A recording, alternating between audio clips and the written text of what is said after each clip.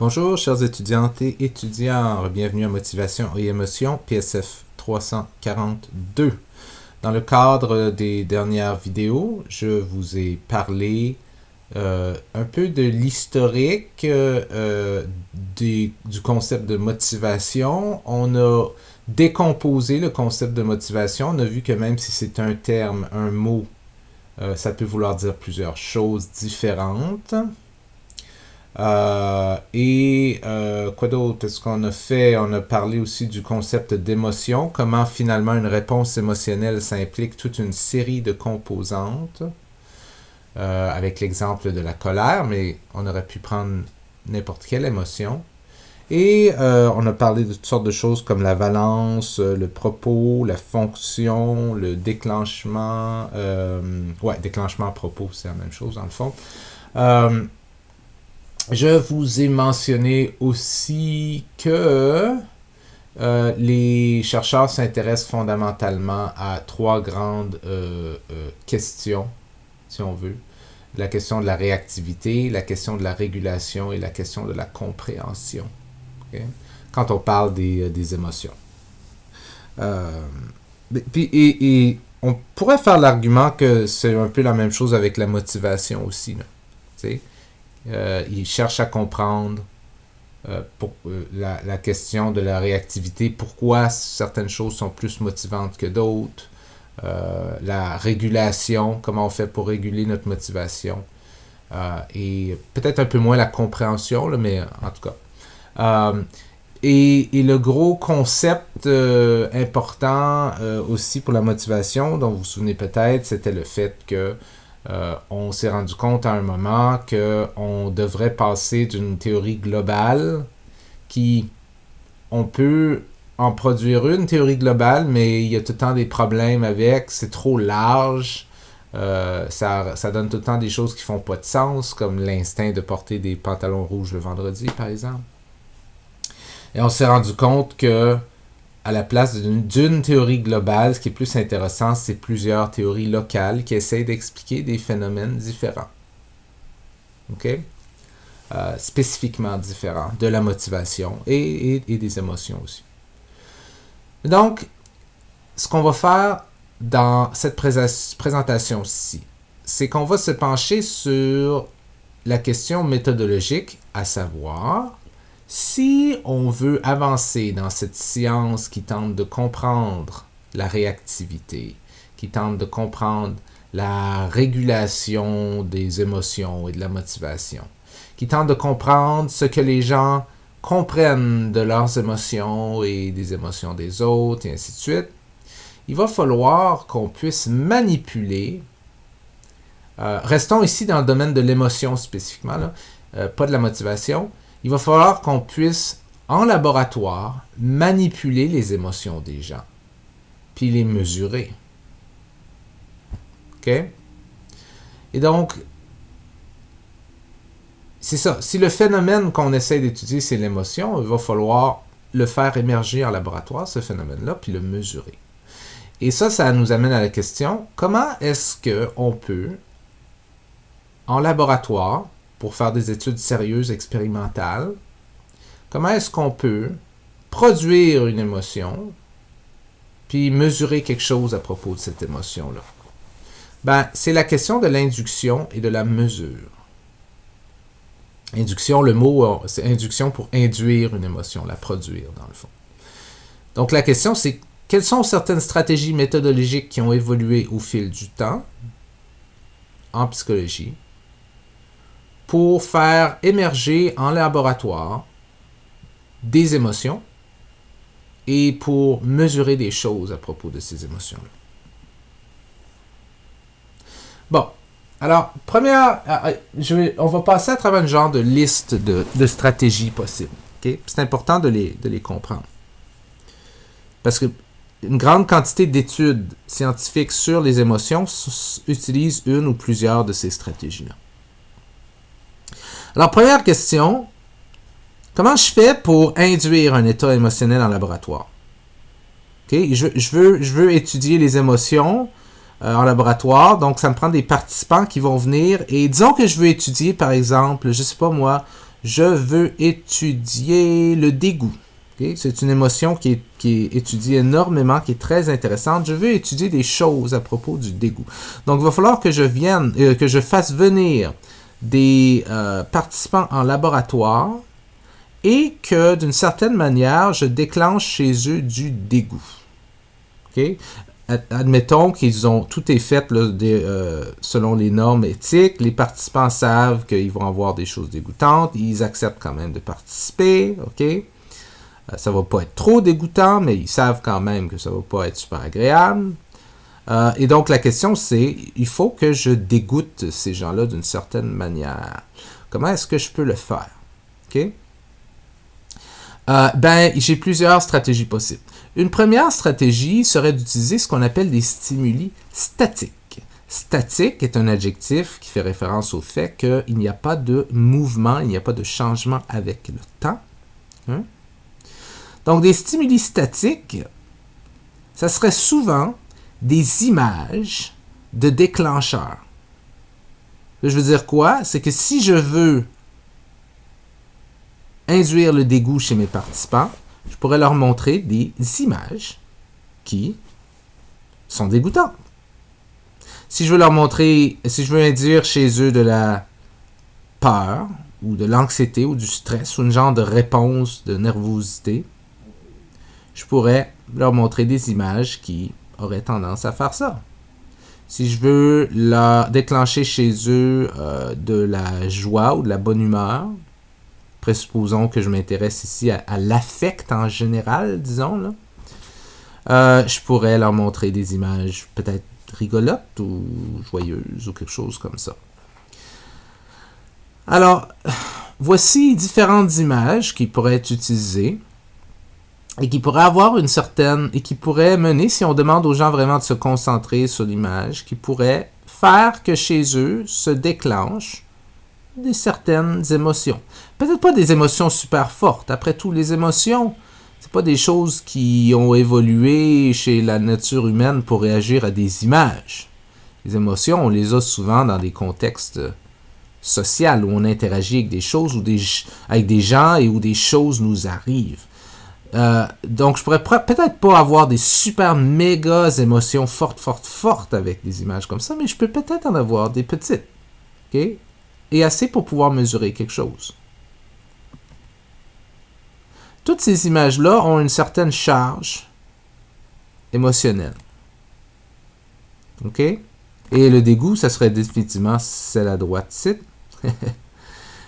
Et peut-être pour les gens qui ont peur des serpents, ça pourrait être assez pour déclencher quelque chose.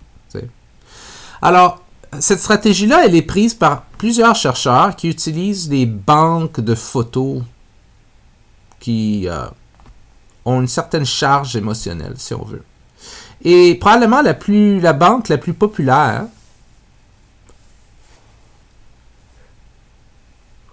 c'est le International Effective Picture System, ou le IAPS, de Lang, Bradley et Cuthbert, publié en 2008. Elle présente à peu près 1000 images en couleur, avec une grande variété de thèmes sémantiques, ça veut dire une grande variété de thèmes. Donc, il y a des animaux là-dedans, il y a des objets, il y a des photos de relations sociales, il y a des photos de nourriture, il y a toutes sortes d'affaires. Et présumément, pas présumément, mais je veux dire, en réalité, cette banque-là est utilisée dans des centaines et des centaines d'études sérieuses, publiées, où est-ce qu'il fallait déclencher ou provoquer un certain état émotionnel chez les gens pour pouvoir mesurer quelque chose à propos de ce qu'ils comprenaient de leur état, comment ils exprimaient leur état avec leur visage, comment ils régulaient leur état, comment fort ils réagissaient s'ils étaient de tel type versus de tel type. En tout cas, toutes sortes de questions possibles qui utilisaient ce IAPS-là. Okay? Donc, quand on va aller avec des stimuli statiques comme ça, okay? Et remarquez, c'est statique parce que c'est des images qui ne bougent pas, là. C'est des images statiques. Il y a certaines choses à garder en tête. Entre autres, il est préférable que ces images ne soient pas utilisées dans les médias publics. Okay? Parce que si c'est des images que les gens voient constamment dans les médias, ils vont devenir moins efficaces. Okay? La nouveauté, l'efficacité, le facteur un peu frappant, percutant de certaines de ces images-là est maintenu par le fait que ces images-là, on essaie de ne pas les utiliser dans les médias publics. Ce qui fait que ces images-là, ce iApps, vous ne pouvez pas l'avoir gratuitement. Il faut payer pour. Et ça coûte assez cher, en fait. Okay? Ce qui diminue les probabilités qu'il se retrouve un peu partout dans les médias. Okay? En plus, si on utilise un genre d'outil comme ça, vous ne pouvez pas juste dire « Ah, il faut que je déclenche du dégoût chez mes participants, donc je vais prendre une photo de quelque chose de dégoûtant, je vais leur montrer ça. » Ben, vous pourriez faire ça, mais je veux dire, vous savez pas la photo que vous avez prise, est-ce qu'elle est vraiment dégoûtante? Vous pensez qu'elle est dégoûtante, est-ce qu'elle l'est vraiment? Okay? Ben, dans le iApp, ces genres de questions comme ça ont été pris en compte parce que chaque image a été validée. OK?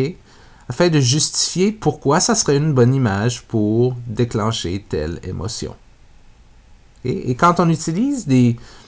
Disons que vous n'avez pas l'argent pour vous payer le iApp, puis vous dites, je vais sélectionner des photos sur le web, des genres de trucs, dans Google Images, je vais taper dans Google Images disgusting, puis je vais taper happy, puis je vais prendre des images que je pense qui rendraient les gens dégoûtés ou heureux, par exemple. Et puis, je vais utiliser ça, moi, dans mon étude. Ben, c'est une bonne première étape. Mais vous les trouvez dégoûtantes ou joyeuses, ces photos-là, mais comment vous êtes sûr si les gens les trouveraient dégoûtantes ou joyeuses? Il faut une certaine forme de validation. Okay? Donc, ce qu'il faut, c'est une genre d'étude pilote, une étude avant votre étude, où vous essayez de voir comment les gens réagissent à ces photos-là. Est-ce qu'ils les trouvent en effet vraiment dégoûtantes? Est-ce qu'ils les trouvent un peu dégoûtantes, moyennement dégoûtantes, beaucoup dégoûtantes? Est-ce que les photos joyeuses, est-ce qu'ils les trouvent vraiment joyeuses, un peu joyeuses? Est-ce qu'ils voient d'autres émotions que le dégoût dans le dégoût? Est-ce qu'il y a des gens qui dans la photo la photo dégoûtante, ils réagissent plutôt avec tristesse ou avec peur? Ça serait un problème si vous vouliez juste déclencher le dégoût chez les gens et non pas une autre émotion.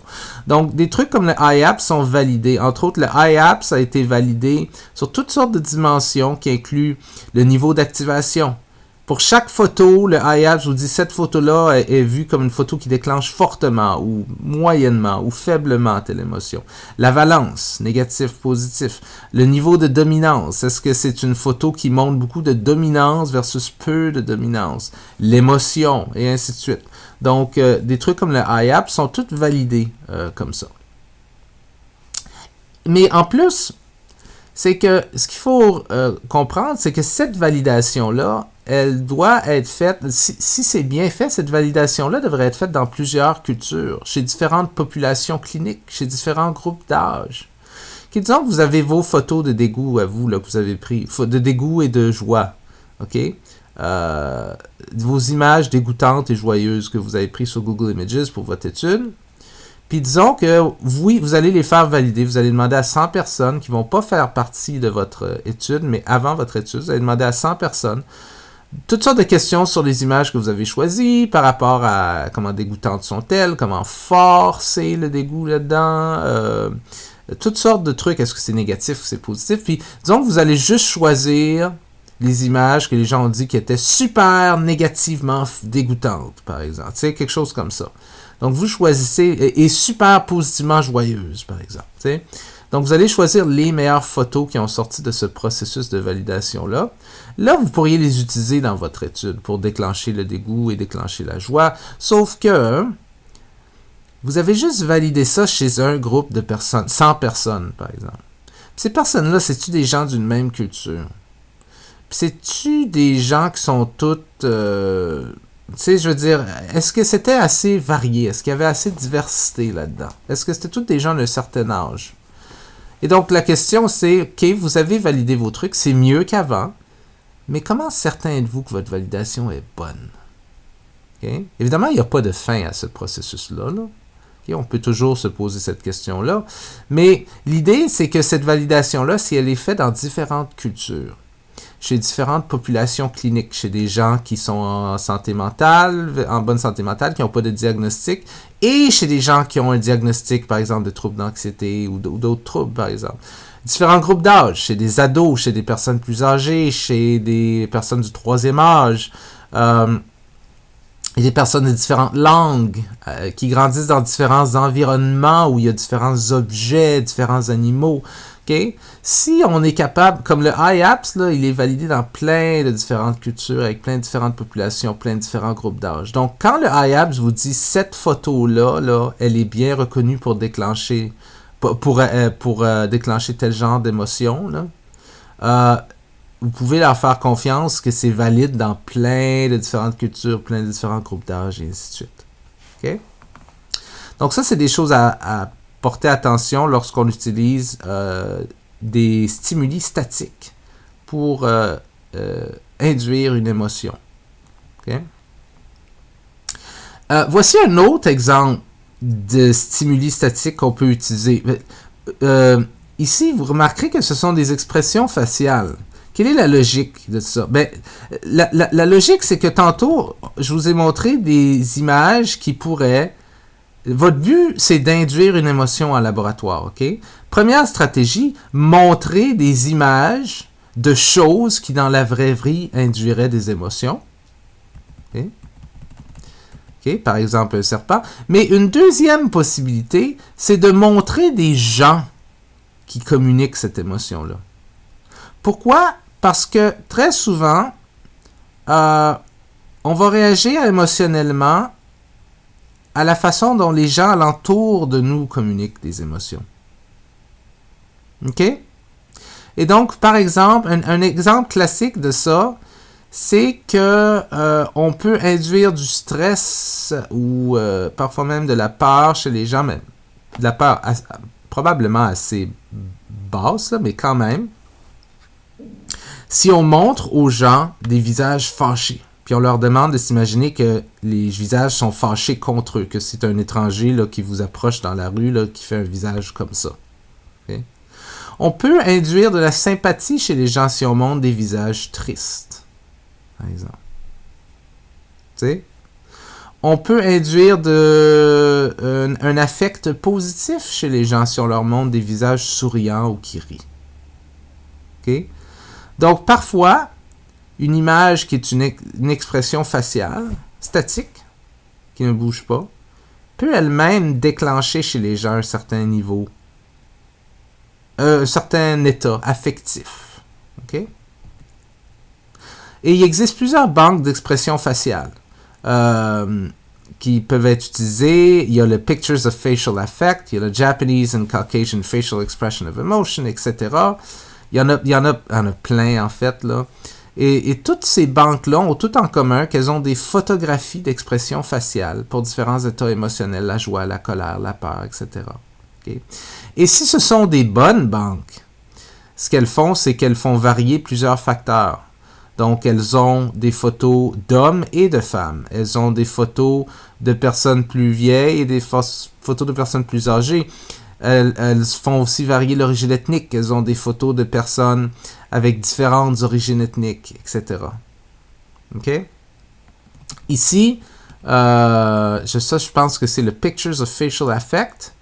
Là, je vous montre juste toutes les photos d'une personne, mais en réalité, cette banque de photos-là a plusieurs hommes et plusieurs femmes. Elles sont toutes, elles font toutes les mêmes expressions faciales. Donc ça, c'est un des hommes. Mais il y a d'autres hommes et il y a d'autres femmes. Cette banque-là, donc, fait varier le sexe. Okay? Elles font un peu varier l'âge. Il y a certains hommes qui sont plus jeunes que d'autres, certaines femmes qui sont plus jeunes que d'autres. Cette banque-là fait peu varier toutefois l'origine ethnique. Je pense que la grande majorité des personnes dans cette banque-là sont des personnes blanches. D'origine ethnique, on pourrait dire européenne de l'Ouest, dans le fond. Mais bref. Donc, il y en a des meilleurs que d'autres. Si vous utilisez une banque comme ça et disons que vous dites, OK, je vais faire ça, je Je veux étudier la sympathie. Et donc, ce que je veux faire, c'est que je veux montrer... je vais étudier l'empathie. Et ce que je veux faire, c'est que je veux montrer des... Je veux montrer des visages de gens qui pleurent. Ben, qui sont proches des larmes ou qui sont tristes. Tu sais. À mes participants. Puis là, ce que je veux faire, c'est que je veux mesurer chez mes participants quelque chose, je sais pas, leur rythme cardiaque, pour voir comment ils répondent à la tristesse chez les autres. Donc, ça me prend des photos de gens tristes. OK. Disons que vous voulez ça. Ben, première possibilité, aller dans une de ces banques-là, puis trouver des photos de gens tristes. Exemple. OK? Mais,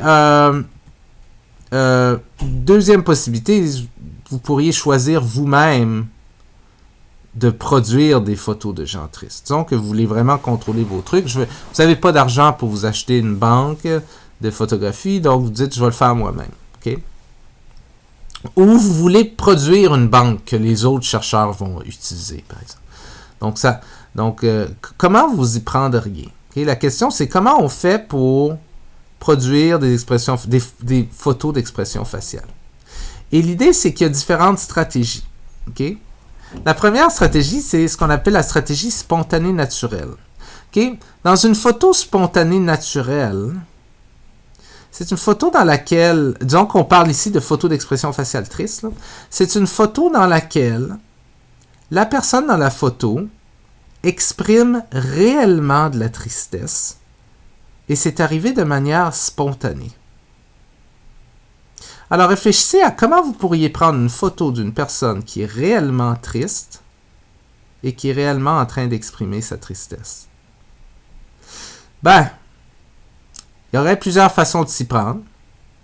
Okay? Ça pourrait être, je sais pas moi, disons, vous regardez un documentaire et puis dans le documentaire, il y a quelqu'un qui est vraiment triste, dans une entrevue par exemple. Tu sais, des fois dans les...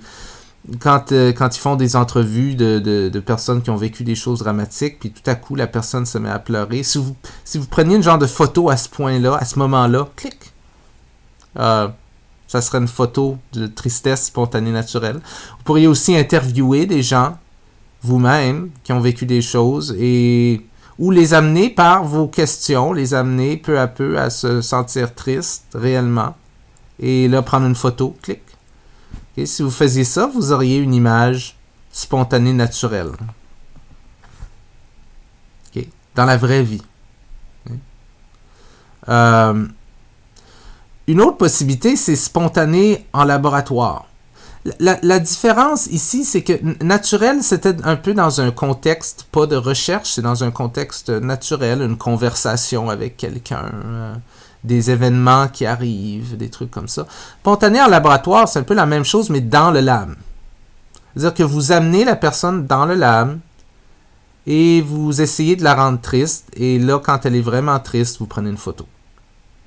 Donc, c'est spontané, mais c'est pas dans un milieu naturel, comme dans une conversation entre deux personnes, par exemple, tu sais, dans le cadre d'une entrevue. Peut-être que mon exemple d'une entrevue, c'était pas très naturel non plus. Disons que l'exemple parfait de spontané naturel, c'est si vous pouvez trouver, par exemple, des vidéos sur YouTube où quelqu'un a filmé un événement qui est arrivé, puis on voit quelqu'un, par exemple, être triste dans l'événement. Ça serait parfaitement spontané naturel, si vous preniez un screen capture de ça, par exemple. Spontané en laboratoire, ça serait si vous faites venir des gens en laboratoire et ils savent que le but, c'est vraiment de parler de la tristesse puis qu'il va y avoir des photos qui sont prises. Mais vous avez quand même des raisons de penser que c'est spontané parce que les gens indiquent... Puis vous pouvez vérifier ça en demandant aux gens après, étiez-vous réellement triste quand on parlait de telle affaire? Puis la personne peut vous dire oui, puis là, bon, ben...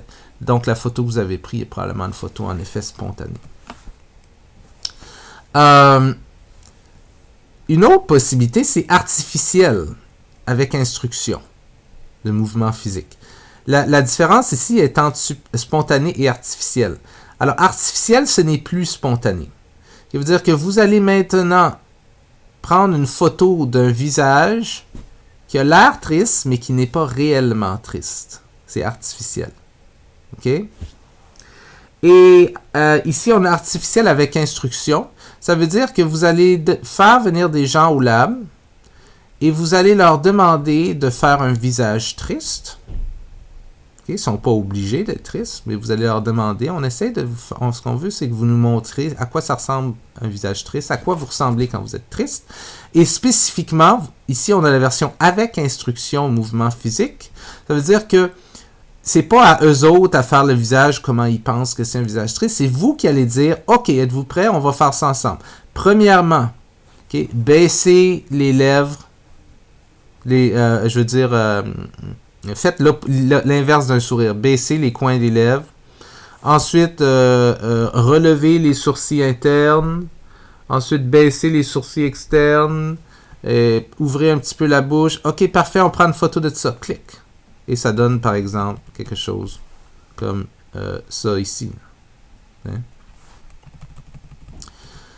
Donc ça, c'est artificiel avec instruction. Hein? Mais vous avez aussi artificiel sans instruction. Donc artificiel, encore ici, c'est pas spontané, c'est fake, ok? C'est faux.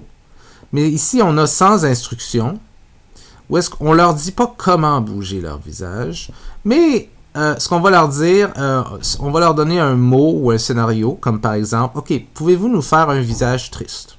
Ça c'est mot. Okay?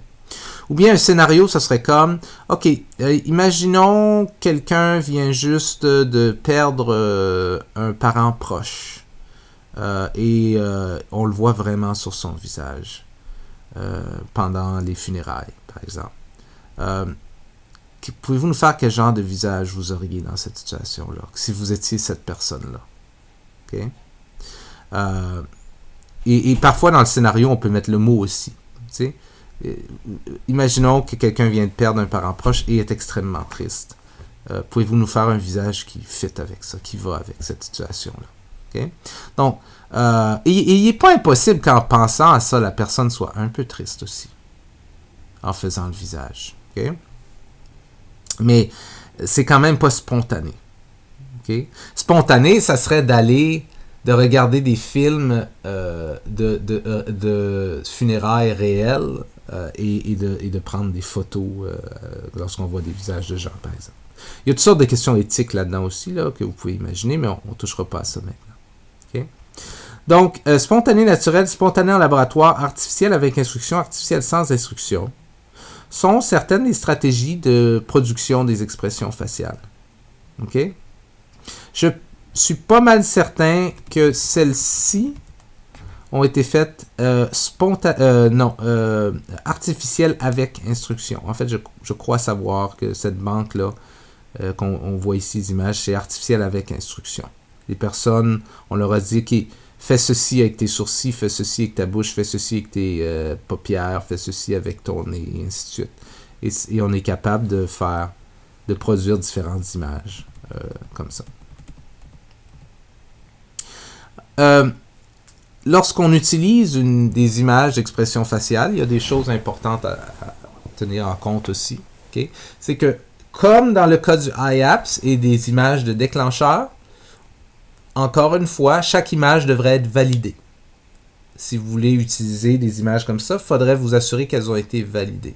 Et encore une fois, la validation devrait être faite sur plusieurs dimensions, incluant ici, surtout si c'est des images d'expression faciale, incluant le type d'émotion. Est-ce que ça c'est de la joie? Est-ce que ça c'est de quelle émotion? Ça c'est quelle émotion? Ça c'est quelle émotion? OK. Il faudrait que plusieurs personnes aient vérifié que tel visage est en effet un visage de colère, par exemple, avant que vous utilisiez dans votre étude le visage de colère. Okay. Encore une fois, cette validation devrait être faite dans plusieurs cultures. Surtout si on postule ou on pense que les expressions faciales sont universelles à travers différentes cultures, chose dont on parlera plus tard. Lorsqu'on parle de photos d'expression faciale, la validation peut se faire selon différentes méthodes, dont le choix contraint et l'étiquetage libre. Le choix contraint, c'est par exemple, disons que vous avez une expression faciale ici que vous croyez en être une de peur. Vous avez demandé à des gens de faire un visage de peur. Vous avez utilisé la stratégie pardon, pas la spontanée, mais l'autre, là, je me souviens plus du mot, mon Dieu, je retourne, l'artificielle. Vous avez utilisé une stratégie artificielle, disons, sans instruction, pour produire une expression faciale de peur, ok? Et vous voulez l'utiliser ça pour dans une étude qui étudie comment les gens réagissent lorsqu'ils voient d'autres personnes avoir peur, qu'est-ce qui arrive à leur rythme cardiaque ou à leur respiration, quelque chose comme ça. Mais avant d'utiliser ces photos-là, vous n'êtes pas certain si votre photo de peur, si vos photos de peur sont des bonnes photos d'expression faciale de peur, parce que vous ne les avez pas pris d'une banque qui a déjà tout validé ça, vous l'avez fait vous-même. Donc, il va falloir que vous validiez ça avant de faire votre étude. Donc, votre validation va consister, entre autres, à montrer, disons, à 100 personnes les différentes photos de visages de peur et à leur demander si, en effet, ce sont des visages de peur, pour vérifier, pour valider, est-ce qu'en effet, ça communique bien la peur aux gens. Parce que dans votre étude à vous, vous voulez que les gens voient du monde qui ont peur. Donc, et vous allez leur montrer des visages. Donc, il faudrait vous assurer que les visages que vous allez leur montrer sont en effet des visages qui sont interprétés comme la peur. Donc, vous allez faire une genre de première étude ou d'étude de pilote de validation, disons avec 100 personnes, et vous voulez vérifier si, par exemple, l'image ici est en effet une image de peur. Ben, vous avez deux choix, soit le choix contraint ou l'étiquetage libre. En fait, il y en a plus, là, mais ça, c'est les deux choix de base, ok, dont je vais parler. Alors, si vous utilisiez le choix contraint, ben, c'est une question à choix multiple, dans le fond. Okay? Vous demanderiez à vos 100 personnes, là, comment se sent cette personne-là? Est-ce qu'elle est fâchée, dégoûtée, apeurée ou surprise? Et si c'est une bonne image de peur, vous attendriez à ce que les gens disent « elle est apeurée ». OK? Ça serait une possibilité. Vous pourriez aussi leur dire un étiquetage libre, là. Comment se sent cette personne? Et là, ce que vous feriez, c'est que dans votre étude, vous utiliseriez juste les photos pour lesquelles les gens avaient vraiment dit la personne se sent, elle a peur de quelque chose. Ou un synonyme, elle est terrifiée de quelque chose, ou elle a la frousse de quelque chose, chose de même. Okay? Ça, c'est l'étiquetage libre. Et deux façons différentes pour valider une expression faciale. Vous pourriez aussi utiliser d'autres méthodes, comme un genre vous pourriez dire, OK, voici différents mots, fâché, dégoûté, apeuré, surprise. Pour chacun, dites-moi sur une échelle de 1 à 10 comment se sent cette personne-là. Donc, de 1 à 10, comment fâché est cette personne-là. De 1 à 10, comment dégoûté est-elle. De 1 à 10, comment apeuré est-elle. De 1 à 10, comment surprise est-elle. Okay? Et là, ce que vous feriez, c'est que pour votre étude, vous prendriez les photos dans lesquelles la personne était maximalement apeurée et minimalement les autres émotions. Remarquez que ici, j'ai mixé apeuré avec surprise, dégoûté et fâché, mais j'aurais pu prendre d'autres termes aussi. Et donc, avec quel terme la peur est mélangée est une question intéressante aussi. Donc, présumément, si vous faisiez vraiment ça bien, vous voudriez que apeuré soit mélangé avec plein de différents termes, mais pas tout le temps les mêmes, et ainsi de suite. OK? Mais donc, ça, c'est différentes façons, choix contraint, étiquetage libre, de valider des images d'expression faciale. Donc, je vais te parler de stimuli statiques. J'ai montré deux exemples. La première, c'était des exemples de déclencheurs. OK, on a parlé du IAPS. Et le deuxième, c'était des exemples d'expression faciale, émotionnelle. Parce que la logique, c'est que souvent, les gens vont répondre à des expressions faciales en déclenchant eux-mêmes une émotion chez eux. OK? Mais l'idée ici, c'est que les stimuli étaient statiques dans les deux cas. OK? Ils ne bougent pas. Alors, c'est l'utilisation de stimuli statiques pour déclencher une émotion chez un participant a des avantages et des désavantages. Okay? Quels sont certains avantages? Ben, on peut utiliser des stimuli statiques comme ça dans des études sur toutes sortes de choses. comme par exemple des études sur la réactivité. Disons que vous voulez mesurer quelque chose au niveau de la réactivité. Vous faites l'hypothèse que les gens qui souffrent d'un trouble anxieux réagissent plus fortement émotionnellement aux choses que les gens qui ne sont pas diagnostiqués avec un trouble anxieux. Donc, vous allez montrer, par exemple, des photos apeurantes et vous allez mesurer quelque chose à propos du rythme cardiaque ou, je sais pas moi, mesurer quelque chose. On va parler de la mesure plus tard. Mais donc, vous allez montrer à des gens diagnostiqués avec un trouble anxieux et non diagnostiqués avec un trouble anxieux, vous allez leur montrer des photos, par exemple, de serpents, de tarentules, par exemple, de choses apeurantes. Puis là, vous allez mesurer s'il y a une différence dans la façon dont les jeux réagissent. Vous pourriez aussi leur montrer des photos de personnes menaçantes qui font un visage de colère. Donc ça serait une étude sur la réactivité.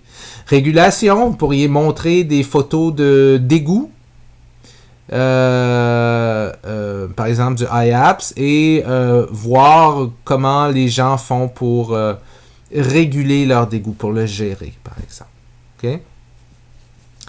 Pourriez mesurer différentes stratégies de régulation. Est-ce que c'est mieux, une fois qu'on est dégoûté, de se dire « pense-y plus, pense-y plus, pense-y plus » ou est-ce que c'est mieux de se dire « wow, ça c'était vraiment dégoûtant », de reconnaître, d'accepter le dégoût. Et laquelle des deux stratégies est meilleure pour gérer le dégoût puis faire en sorte qu'il va diminuer le plus vite possible, par exemple. Donc ça, vous pourriez utiliser une photo du IAPS pour déclencher le dégoût. Vous pourriez utiliser, si vous vouliez vérifier la régulation de l'empathie. Comment est-ce qu'on peut faire pour réguler l'empathie de manière à en avoir plus? Et donc là, vous pourriez montrer des photos de gens tristes, par exemple, et demander à des participants soit d'essayer de s'imaginer pourquoi la personne est triste, ou bien de, je sais pas moi, d'essayer de s'imaginer commencer de faire un visage comme ça, par exemple. Comment ça feel quand on exprime la tristesse. Et là, vous pourriez voir laquelle de ces deux stratégies-là fait que le participant ou la participante est beaucoup plus empathique envers la personne qu'elle voit dans l'image être triste, par exemple. T'sais. Et vous pourriez utiliser des images comme ça pour étudier la connaissance. Okay? Entre autres, des expressions faciales. T'sais, la connaissance, on peut étudier la connaissance des émotions en montrant, par exemple, des expressions faciales à des participants puis en leur demandant comment se sent cette personne-là. À quoi pense cette personne-là. T'sais? Donc, toutes des études ici qui étudient la capacité des participants à comprendre les émotions des autres, à les décoder, à les interpréter, et ainsi de suite. Okay? Ces stimuli-là sont avantageux parce qu'ils sont très peu exigeants en termes de traitement cognitif. Il n'y a pas de choses compliquées à comprendre. C'est juste une photo. C'est visuel. Bang, c'est en plein devant toi. C'est pas compliqué. C'est pas une longue histoire à suivre. Regarde, voici une bouche dégueulasse. Wesh, c'est donc bien dégueu, ça, cette bouche-là, avec plein de dents cassées, puis sales, puis tout ça. Ou bien, tiens, voici un serpent épeurant. Ouais, c'est épeurant, ça. Ou, tiens, voici un enfant qui pleure, puis qui est tout seul. Ah, c'est triste, tu sais. Ça demande très peu de traitement cognitif. Tout ce que ça demande, c'est d'avoir un système visuel qui fonctionne. Tu sais? Que tu puisses voir les photos. That's it. Donc, on peut utiliser ça avec des jeunes enfants.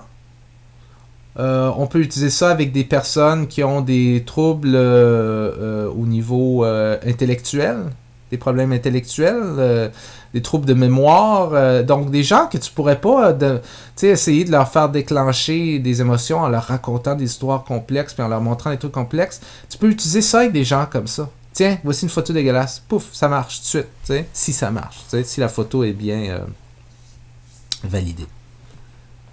C'est aussi peu exigeant en termes de production et de compréhension langagère. Et en termes de production, c'est juste prendre une photo. That's it.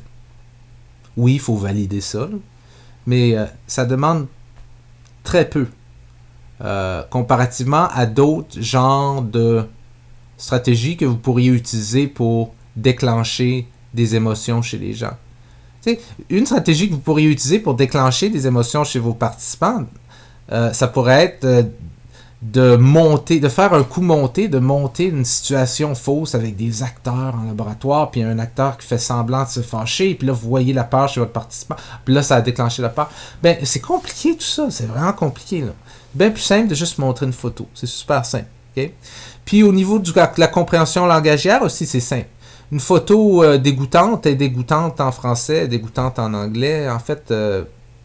est dégoûtante même chez des enfants qui ont des troubles de langage et qui ne parlent pas encore, par exemple.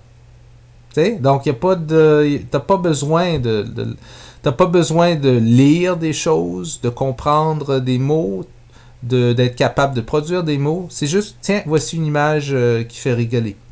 Une image joyeuse. T'as même pas besoin d'être capable de dire des choses pour réagir. T'sais? Donc, c'est très avantageux pour ça. Et donc, très utile pour étudier des choses chez des populations chez qui le langage est un problème. Les très jeunes enfants, les personnes qui ont des troubles de langage, les personnes aphasiques, tout ça. Des images peuvent être utilisées pour déclencher des émotions en laboratoire sans que le langage soit un problème du tout, du tout. Okay? Peu exigeant en termes de traitement cognitif aussi, les gens qui ont des troubles de mémoire à court terme, les gens qui ont des déficits d'attention, des trucs comme ça. Si vous leur montrez des longs films ou vous leur faire lire des longs textes pour déclencher des émotions, c'est moins utile. Une image, pow, simple, rapide, tout de suite, dans ta face, tu sais, c'est assez avantageux. Mais il y a aussi des désavantages. Un des désavantages importants, c'est que ces banques-là semblent vraiment être limitées en termes de catégories émotionnelles représentées.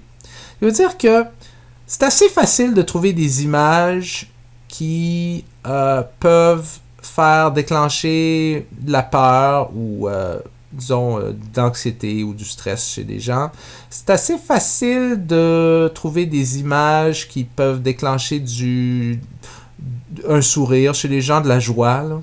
C'est assez facile de montrer des images qui peuvent déclencher, par exemple, du désir, incluant du désir sexuel chez les gens. Du dégoût, c'est vraiment facile, avec des images, de dégoûter les gens. C'est difficile de fâcher les gens avec une image, par exemple, toutefois. Okay? Si vous voulez déclencher de la colère chez les gens, il n'y a pas d'image qui fâche les gens.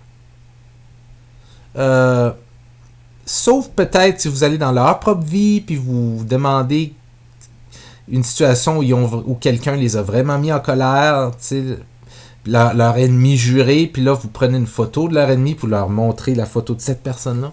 T'sais. Mais quelque chose qui va marcher avec tout le monde.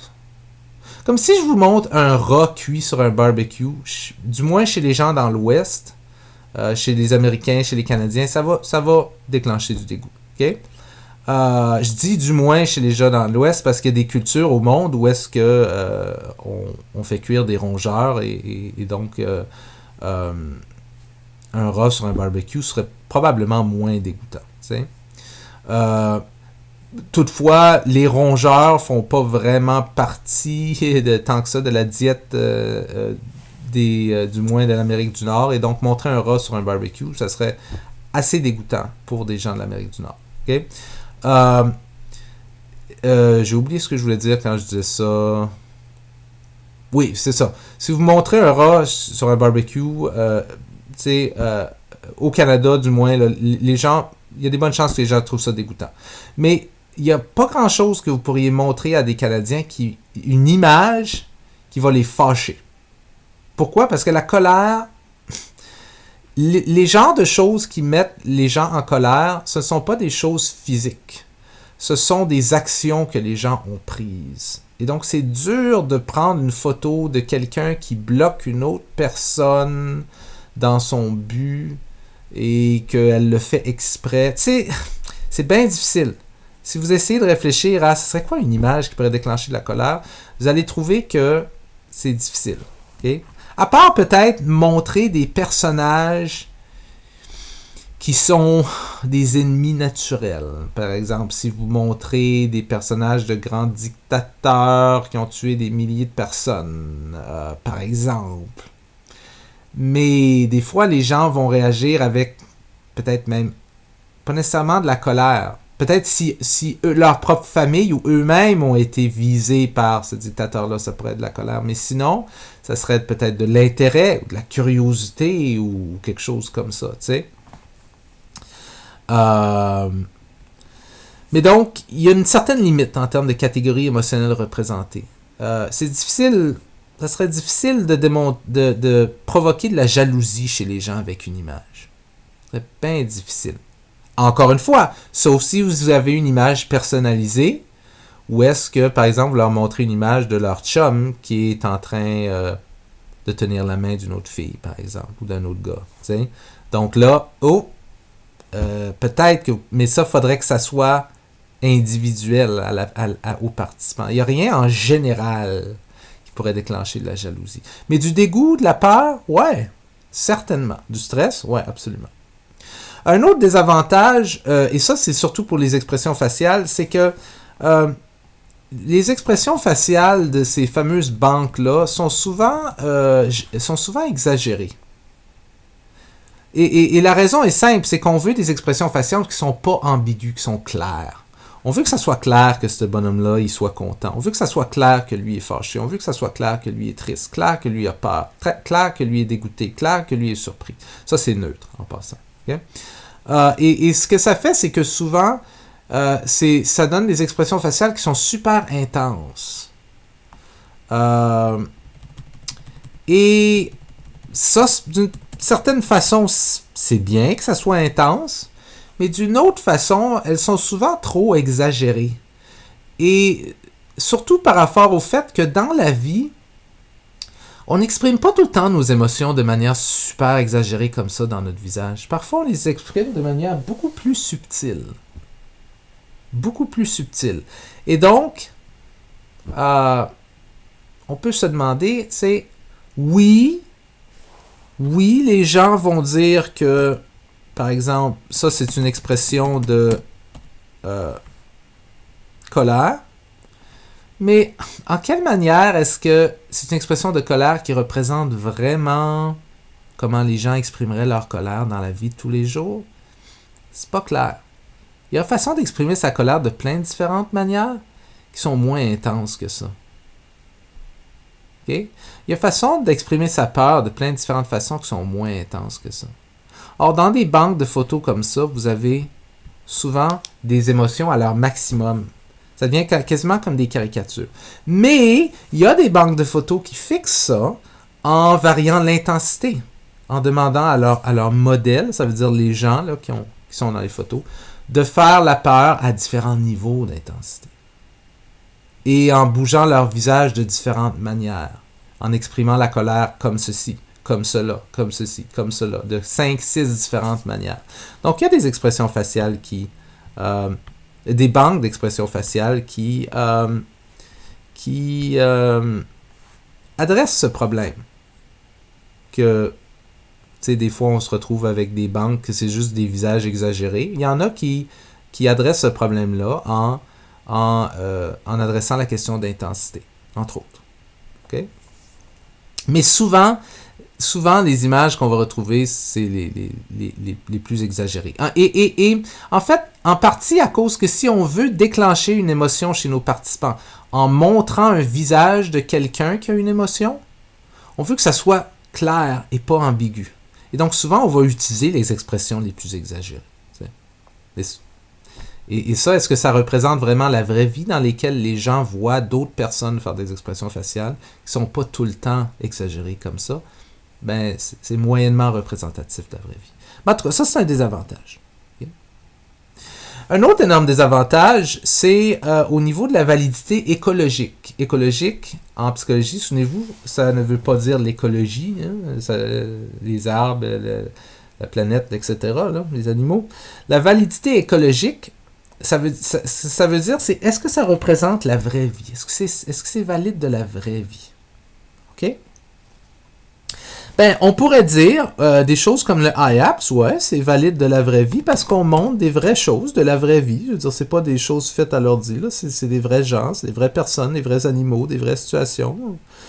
Puis on pourrait dire ici, À part pour les expressions faciales qui sont peut-être super exagérées, qu'on voit peu dans la vraie vie, ça représente quand même des vrais visages de vraies personnes. Au moins, c'est pas des dessins avec c'est pas des smiley faces puis des frowny faces. Donc, c'est des vraies personnes. Puis on peut faire varier leur culture, puis leur origine ethnique, leur sexe. Donc, oui, ça représente quand même la vraie vie. Sauf que le gros problème, évidemment, c'est que c'est statique tout ça. Et dans la vraie vie, les choses bougent. Les serpents bougent. Les personnes qui sont contentes font des sourires et ensuite le sourire diminue. Les personnes qui sont tristes ne sont pas figées dans le temps. Leur visage bouge. Donc, un gros problème au niveau méthodologique d'utiliser des stimuli statiques comme ça, c'est le fait que dans la vraie vie, les choses bougent. Or, ici, vous nous montrez quelque chose qui ne bouge pas. Ben, c'est un problème. C'est pas un problème à tout casser. C'est pas un désavantage qui fait que c'est une très mauvaise idée d'utiliser des stimuli statiques. Après tout, des milliers d'études utilisent des stimuli statiques. Mais c'est juste de garder en tête que est-ce que ça représente vraiment la vraie vie? Ben, il faut faire attention parce que dans la vraie vie, les choses bougent. Et donc ici, ça bouge pas. Donc, on ne sait pas exactement si c'est une bonne représentation de ce qui déclencherait, par exemple, vraiment la peur chez les gens dans la vraie vie, par exemple. Il y a façon, en passant, de régler ça. Vous pourriez montrer des stimuli dynamiques. On va en parler plus tard.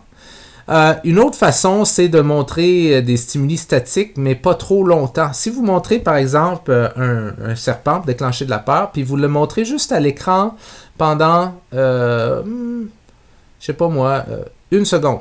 Clic, clac, il disparaît. Ou une expression de colère, vous la montrez pendant 2 secondes. Elle arrive, elle disparaît. Ben, au moins, ça, c'est un petit peu plus proche de la réalité parce que dans la réalité, personne ne vous regarde avec un visage fâché pendant comme 60 secondes là, sans bouger. Donc, si on montrait un visage fâché indéfiniment à l'écran, c'est